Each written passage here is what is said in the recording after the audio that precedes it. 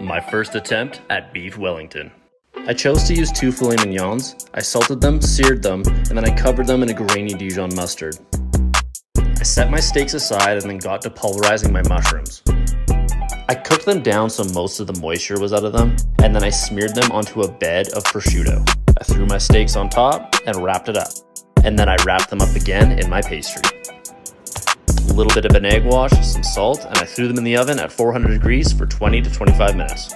And if you're thinking about trying to make this, don't overcook it. Sometimes you gotta fake it till you make it. Today we're making gluten-free pasta, and this is my second attempt at ever making homemade pasta from scratch. So why not make it gluten-free and make it extra tough? All you need is chickpea flour, olive oil, 3 eggs, salt, and a little bit of water. Form that into a dough, and then you're gonna wanna let it rest for at least 30 minutes. Then you can roll it out, cut it up into pasta, then just cook it in salted water and enjoy. Get in your kitchen because today we're making this delicious dynamite shrimp. First you have to de-shell and de-vein the shrimp. If you don't do this, you will literally eat shrimp poop. Next, add 2 eggs, soy sauce, and mix it up, baby. In a separate bowl, add a cup of flour. Now we bread the shrimp. Try not to get too messy. Now get a pan filled with oil, set it to medium heat, and watch them sizzle. Look at how satisfying. Once they get to a crispy brown texture on both sides, they're done. Get a new bowl, add mayo, sriracha, and sugar. Now we mix it up, baby. Generously coat your fried shrimp in the dynamite sauce. Once again, mix it up, baby. Get a plate for serving. Throw on some scallions because they look fancy. Add pepper flakes, and here's the finished product. They literally taste amazing. Okay, so here is my lunch today. It's delicious and good for you, so here's how to make it.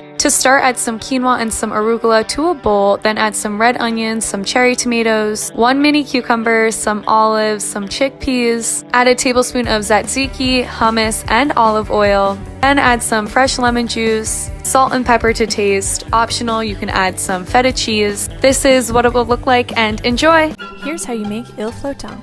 Cut a vanilla bean. Guys, how to make the turkey berry. So first you're gonna need some thin pretzels, and you wanna break them into like 3/4 pieces. And then you're gonna need some mini marshmallows. Of course, you're gonna need your strawberry. And then you're gonna need a skewer stick or a toothpick, something you could put in the strawberry to dip it with, and some melted chocolate. Then you're gonna go ahead and take a knife and you're gonna cut the corner of the marshmallow off. And you're gonna do that on both pieces. Then after that, you're gonna take your pretzel sticks and you're gonna shove it into the marshmallow. And there will be a wider end and a shorter end, and you want to stick it into the shorter end of the marshmallow. It'll get messed up, but it'll look cute in the end. Trust me, trust me. So you're going to go ahead and take some chocolate and put it on the side that we cut of the marshmallow and stick it to your berry. And you're going to want to hold it there until it sticks to your berry. And then you're going to dip it. And then you're going to be patient and let all the chocolate drip off. All right.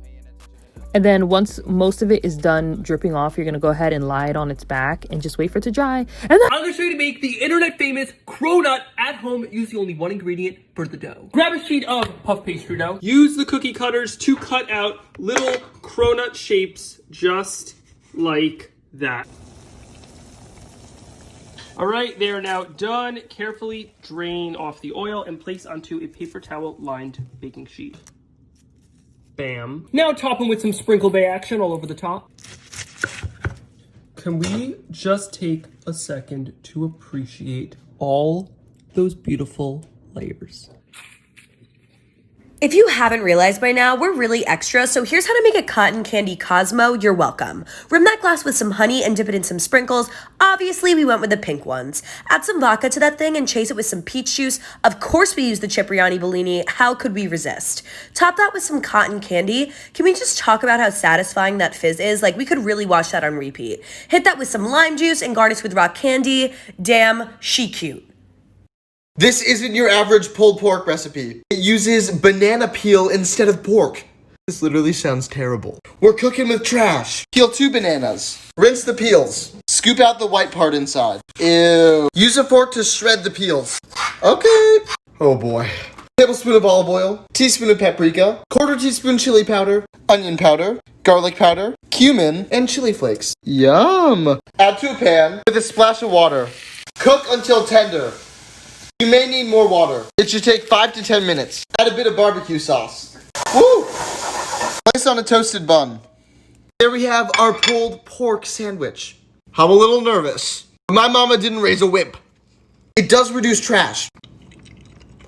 It tastes like pulled pork. It tastes good. Truly the weirdest thing I've ever made. Texture's a little funky. Don't forget to check out. Alright, y'all. Today we're going to be making some pupusas. I'm pretty sure we all know what this is. If you don't know what it is, stay tuned and watch.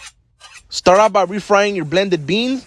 Bring your Monterey Jack cheese to room temperature, because we're going to cut it into curds like this and knead it until it has a consistency like this. Get your maseca or flour, pour that into a bowl, about 3 cups. Pour in about 75% water in there, or into a nice consistency like this. Grab a good amount of dough and start slightly pressing it out on your hand until it's flat like this. Put in there a good amount of cheese. I put jalapenos in mine. It tastes really, really good. You guys should try it out. So don't knock it until you try it. Put some beans in there. And now slowly start closing it from the top. Remove excess dough. And start forming like a circle-shaped dough. And start pressing it out with your hand like this. Put it on a hot iron to cook. Should start having a nice color once you flip it. Look at those beauties right there. Oatmeal is good, but baked oatmeal is next level. To make the Snickers baked oatmeal, you need oats, baking powder, salt, and flax, then mix. For the wet ingredients, I'm using macadamia milk for ultimate creaminess, vanilla, maple syrup, and peanut butter. Combine the wet and dry ingredients, then add the chocolate chips and peanuts. Bake at 350 for 40 minutes, and I promise you'll never want to make oatmeal in the microwave again. Okay, you guys, this was my first time heating up a Folio's cheese wrap, and oh my god. I put some lettuce, tomato, bacon, turkey, avocado, mayo, and some South African smoke from Trader Joe's. The other day, I posted a video on my favorite way to make ribs, and I had so many comments from people saying that they love making them in their Instant Pot. I have an Instant Pot, I love my Instant Pot, but I've never made ribs in them. I have a rack of St. Louis style ribs that I'm patting dry and then using mustard as the binder and seasoning with salt, pepper, and paprika. Flip them over and repeat this. I like to let this side sit out for about 15-20 minutes to let the seasonings really adhere to the ribs. If you don't have an Instant Pot, I do have the full recipe on how I make them in the oven in my ebook, and there is a link in my bio for that. But if you are using an Instant Pot, you're going to want to add some liquid in there, and I'm going in with a little bit of apple cider vinegar and mostly water. I put these on high pressure for 25 minutes, let them slow release for 15, covered them in barbecue sauce, and put them under the broiler for about 5 minutes. I'm not going to lie, I liked my method a little bit better, but these were still good. As always, hit that follow button for more easy. I did brownie, banana bread, and now here's my new favorite healthy carrot cake bowl, soft, fluffy, and super simple in under 1 minute. Start by blending a 1/4 cup of rolled oats, then in a bowl, a 1/4 cup of egg whites, your blended oats, 1/4 teaspoon cinnamon, an 1/8 teaspoon ginger, 1/4 teaspoon baking powder, vanilla protein powder is optional, 2 tablespoons of grated carrot, and 2 tablespoons of a low-calorie maple syrup. Mix your ingredients together well until it looks something like this. Microwave for about 45 seconds, but careful not to overcook. Little whipped cream optional, and there you go. Enjoy. Everyone is always telling me that I'm gonna get diabetes someday, that I'm gonna get sick. Well, that's not funny. I'm not gonna get sick, and I do eat healthy sometimes. So here is a healthy dessert recipe. Yes, I did use chickpeas, and no, it does not taste like hummus. It tastes like straight up cookie dough. Yes, these are chocolate chip cookie dough balls. They're really good. They're vegan, gluten-free, dairy-free, free of anything bad, really. I promise you they taste really good. All you have to do is roll them and pop them in the fridge. Let's make ratatouille. Alright, Pesto, you take the reins. What do? Start with 2 eggplants, 2 zucchini, 2 yellow squash, and 6 Roma tomatoes. Chop all of these into 1mm slices. It should look something like this. For our sauce, we'll start with 2 tablespoons olive oil, 4 cloves minced garlic, 2 diced bell peppers, and a diced yellow onion. Once softened, season with salt and pepper. Add a 28-ounce can of crushed tomatoes. Stir in 2 tablespoons fresh chopped basil, and then layer the sauce into the bottom of an oven-safe pan. Now begin layering your vegetables. I have to say, I'm actually pretty proud of myself for this. For our sauce, 2 tablespoons chopped basil, 1 teaspoon minced garlic, 2 tablespoons chopped parsley, 2 teaspoons fresh thyme, and 4 tablespoons olive oil. Bake at 375 for an hour and uncover the last 20 minutes. Pesto says he approves of this ratatouille. Great movie, even better food. I can't be the only one obsessed with dessert. I have to have one every day. This decadent chocolate raspberry brownie is made with simple ingredients and packed with protein at 12 grams per serve. It is so easy to make. Just throw all your ingredients in a bowl, mix that up, then top with a few chocolate chips and lots of raspberries. The more, the better. Pop in the oven for about 45 minutes at 350 degrees. And as always, the full recipe breakdown will be posted on my Instagram in the caption. Do you ever see fresh cranberries in the produce department and you just keep walking and go buy the canned stuff because the family likes it and it's so easy? Let me show you what I make every year that's so quick and so easy and delicious. Let's go. Start with a cup of water and a cup of sugar. Turn it on high, get it simmering, turn it down, stir till clear, add the washed and drained cranberries, and I listen for them to all pop. So cool. Set aside for an hour. Then I drain this and I add 2 tablespoons of orange marmalade. You can stir it up and it's ready to serve now or freeze till you need it. And this next part is what everybody seems to love.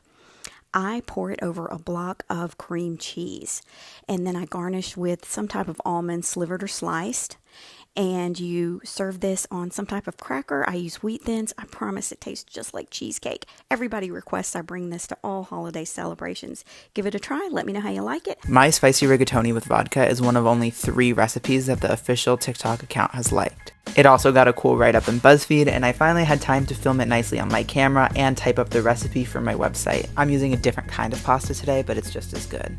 Starting with some olive oil and a chopped onion, 3 cloves of garlic and some salt. This is a huge onion. You could use a smaller one or half. You can also chop the garlic if you want a stronger flavor, but I just kind of want a light infusion. I like a lot of red pepper flakes. You can use less. Also add dried oregano, thyme, and black pepper. I added my tomato paste, and the biggest mistake you can make is not letting it cook off long enough. You don't want it to have a raw flavor. I took the garlic out. That's kind of an Italian technique. I added the vodka, started cooking my pasta, and then also added the heavy cream. Cook the pasta about 3 minutes less than the package says so, because we want it to finish cooking in the sauce without becoming mushy. Add a little bit of your salty pasta water as well. It helps to really coat the pasta, and when you mix it with the butter and cheese, it makes everything really glossy. I'm going to show you guys how to make these Hokkaido potato mochi with cheese. Start off by boiling 3 potatoes until they are nice and tender. Now mash the potatoes until there are no lumps. For starch, you can use tapioca starch, potato starch, or glutinous rice flour. Use 4 tablespoons of that and then add about 3 tablespoons of milk or until the mixture is kind of dough-like. For cheese, I am using fresh mozzarella cheese. I feel like this is the cheese that works best. Roll out 5 balls from your potato dough and flatten this out, and then add your cheese in the center and fold it like so, kind of like a dumpling. Now you can fry these in oil or butter. I chose a mixture of oil and butter. You're gonna fry this for about, I would say 3 to 5 minutes per side on medium to low heat until they are nice and crispy on the outside and very tender and gooey on the inside. Eat these right away because they don't store in the fridge very well. I love potatoes and I love cheese and I love mochi, so when you put all 3 of these together, this just creates